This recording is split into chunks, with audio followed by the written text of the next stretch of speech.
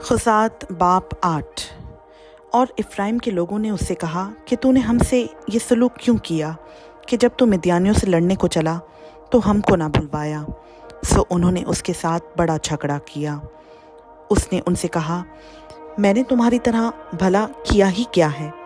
क्या इफ़्राइम के छोड़े हुए अंगूर भी अबीसर की फसल से बेहतर नहीं है? खुदा ने मिद्यान के सरदार ओरेब और ज़ेब को तुम्हारे हाथ में कर दिया, बस तुम्हारी तरह मैं कर ही क्या सका हूँ। जब उसने ये कहा तो उनका गुस्सा उसकी तरफ से धीमा हो गया।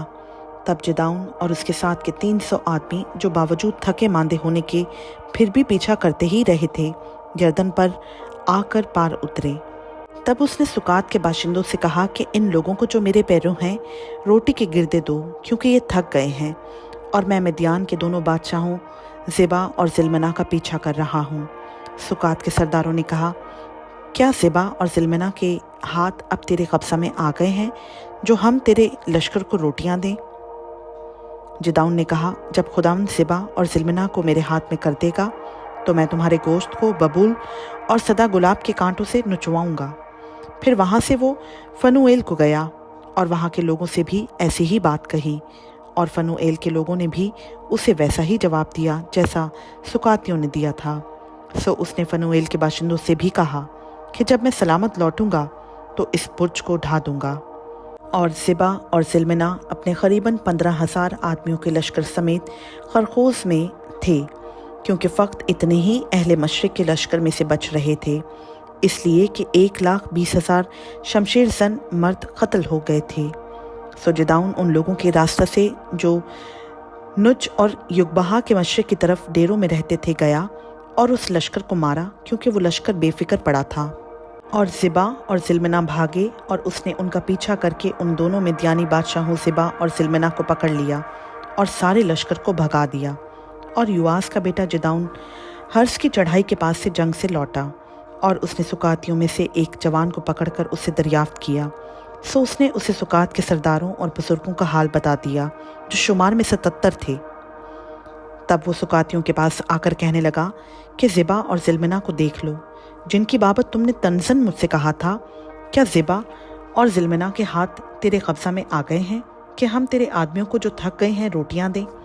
तब उसने शहर के बुजुर्गों को पकड़ा और बबूल और सदा गुलाब के कांटे लेकर उनसे सुकातियों की तादीब की, और उसने फनूएल का बुर्ज ढाकर उस शहर के लोगों को कत्ल किया।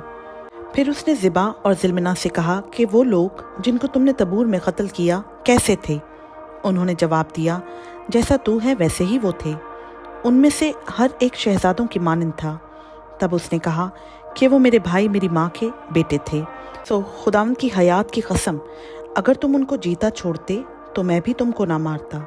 फिर उसने अपने बड़े बेटे यतर को हुक्म किया कि उठ उनको कत्ल कर, पर उस लड़के ने अपनी तलवार ना खींची, क्योंकि उसे डर लगा, इसलिए कि वो अभी लड़का ही था।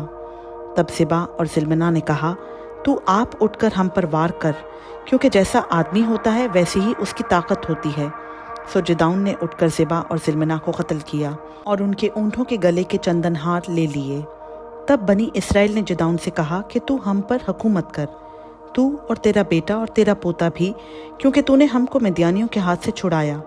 तब जिदाउन ने उनसे कहा कि ना मैं तुम पर हुकूमत करूं और ना मेरा बेटा, बल्कि खुदावंद ही तुम पर हुकूमत करेगा। और जिदाउन ने उनसे कहा कि मैं तुमसे ये अर्ज़ करता हूँ कि तुम में से हर शख्स अपनी लूट की बालियाँ मुझे दे दे। ये लोग इस्माइली थे, इसलिए इनके पास सोने की बालियाँ थीं।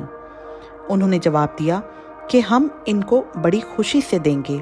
बस उन्होंने एक चादर बिछाई और हर एक ने अपनी लूट की बालियाँ उस पर डाल दीं। सो वो सोने की बालियाँ जो उसने मांगी थीं वज़न में 1,700 मिस्काल थीं, अलावा उन चंदनहारों और झुमकों और मिद्यानी बादशाहों की अरगवानी पोशाक के जो वो पहने थे, और उन जंजीरों के जो उनके ऊँटों के गले में पड़ी थीं।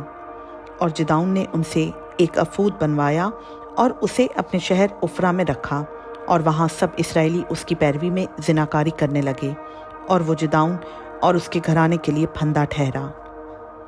यूं मिद्यानी बनी इसराइल के आगे मगलूब हुए और उन्होंने फिर कभी सर ना उठाया, और जिदाउन के दिनों में 40 बरस तक उस मुल्क में अमन रहा।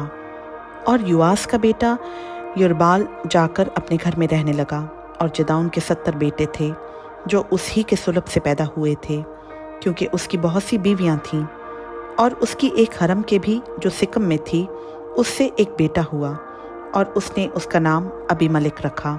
और युआस के बेटे जिदाउन ने खूब उम्र रसीदा होकर वफ़ात पाई और अबीसरियों के उफरा में अपने बाप युआस की कब्र में दफन हुआ।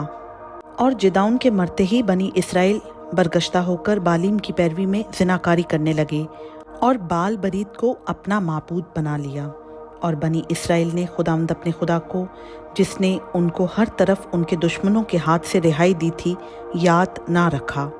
और ना वो युरबाल यानी जिदाउन के ख़ानदान के साथ उन सब नेकियों के इवज़ में जो उसने बनी इसराइल से की थी महज से पेश आए। खुदावंद का पाक कलाम का पढ़ा, सुना, समझा और कबूल किया जाना हम सबों के लिए बाइस से बरकत हो। आमीन।